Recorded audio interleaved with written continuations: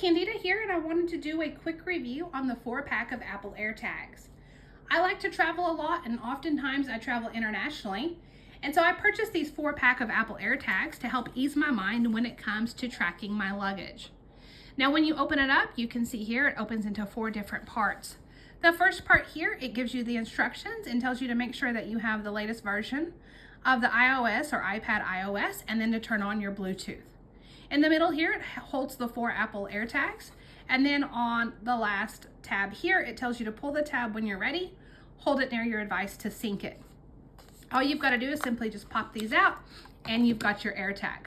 What I personally like to do with these is I like to throw them in my luggage, and I name it for each person's luggage. That way we're able to track it. If we run into issues with the airline and we've lost our luggage, we're at least able to know where it's at and can estimate when we're going to get it back.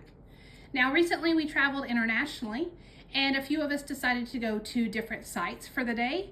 And so this was also helpful to not only put in our pockets, but we could track and make sure that the other person was okay. We knew their location. And so I have found these very helpful when I'm traveling, and I hope you found this review helpful.